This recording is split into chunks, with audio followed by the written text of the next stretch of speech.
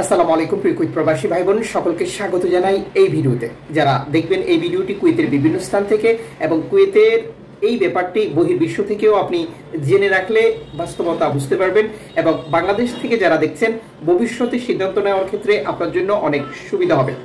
যা নিয়ে আজকের ভিডিওটি তৈরি করা তা হচ্ছে কুয়েতে আসা, থাকা, অবৈধভাবে অবস্থান এবং সাধারণ ক্ষমা।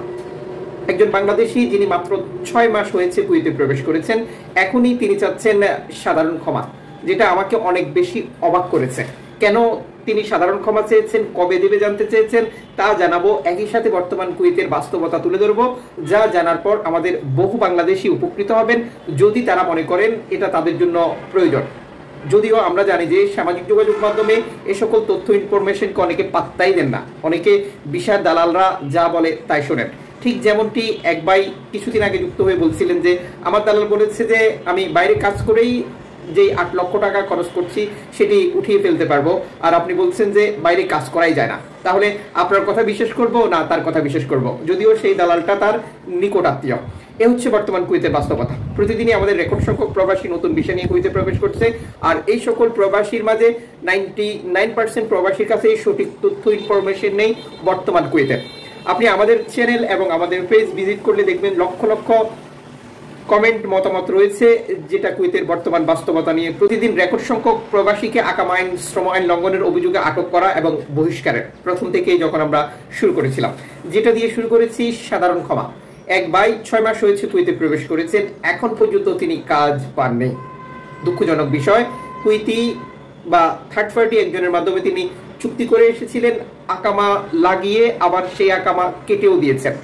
এই পরিস্থিতিতে তার আপনজন বহু চেষ্টা করেও তার জন্য একটি কাজের ব্যবস্থা করতে পারেননি, কারণ তিনি কোনো কাজই জানেন না। আর এই সমস্যা ফেস করতে গিয়ে তিনি অনেকটাই বিরক্ত। যিনি নিয়ে এসেছেন তিনিও বিরক্ত। তিনি বলছেন যে তুমি বাংলাদেশে চলে যাও, আমি না হয় কিছু টাকা জরিমানা দেব, যেই ভিসা দিয়ে তিনি নিয়ে এসেছিলেন, যেহেতু নিকটাত্মীয়।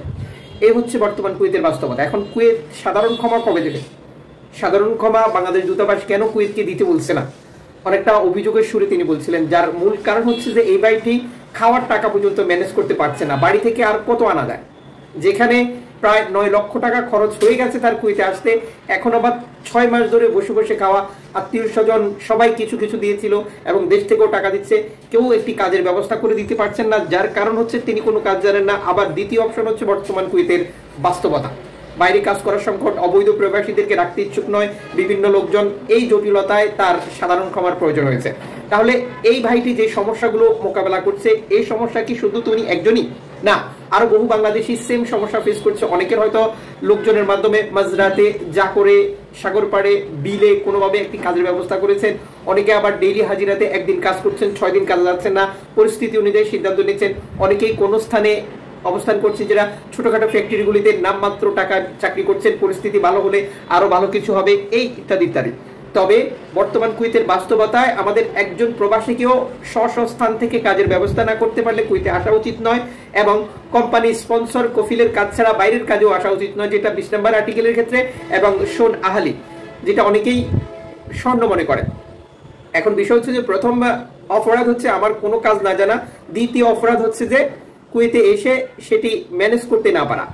আর এই জটিলতায় বর্তমান সময় রেকর্ড সংখ্যক প্রবাসী প্রতিদিনই আমাদেরকে প্রশ্ন করে সাধারণ ক্ষমা কবে দেবে দূতাবাস, কেন সাধারণ ক্ষমার ব্যবস্থা করছে না, আমার সাধারণ ক্ষমার প্রয়োজন, আমি আর কুয়েতে থাকবো না, ইত্যাদি ইত্যাদি। এখানে আমাদেরকে জানতে হবে যে সাধারণ ক্ষমার সাথে বাংলাদেশ দূতাবাসের কোনো সম্পর্ক নেই। এটা কুয়েতের নীতি নির্ধারকদের সিদ্ধান্ত। ওরা যদি মনে করে ওদের দেশ থেকে অবৈধ লোকজনদেরকে সহজে চলে যাওয়ার একটি ব্যবস্থা করার দরকার, তখন তারা ঘোষণা দেবে, সেটার সাথে দূতাবাসগুলো সাপোর্ট করবে বা সেটার সাথে যুক্ত হয়ে আউটপাস দেবে। আশাবাদী আপনারা ক্লিয়ার হয়ে গেছেন। সাধারণ ক্ষমার ব্যাপার নিয়ে কোনো তথ্য ইনফরমেশন আসলে অবশ্যই আমরা জানাবো। তবে আমার যে ভাইটির জন্য আজকের এই ভিডিওটি তৈরি করা, তার মতো কোনো বাংলাদেশের সাথে একই ঘটনা না ঘটুক, আর যে জন্য আমাদেরকে সঠিক পদক্ষেপ, সঠিক সিদ্ধান্ত নিতে হবে প্রবাসে আসার আগে। এবং সকল আত্মীয় স্বজনকেও বলবো আপনিও একইভাবে পদক্ষেপ নেবেন, তাহলে আপনার সাথেও একই পরিস্থিতি তৈরি হবে না।